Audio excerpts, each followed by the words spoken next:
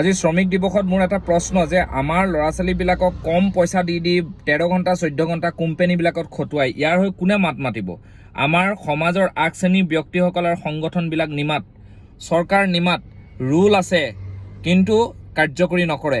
ইয়াৰ কাৰণে প্ৰত্যেকটো দল সংগঠনক আহ্বান জনাম যে আমাৰ ল'ৰা ছোৱালীখিনিৰ কাৰণে যাতে অলপ মাত মাতে।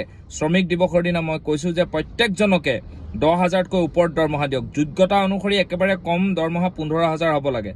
ইমান কম দৰমহা 10,000 টকাত কেনেকৈ মানুহ চলিব পাৰে?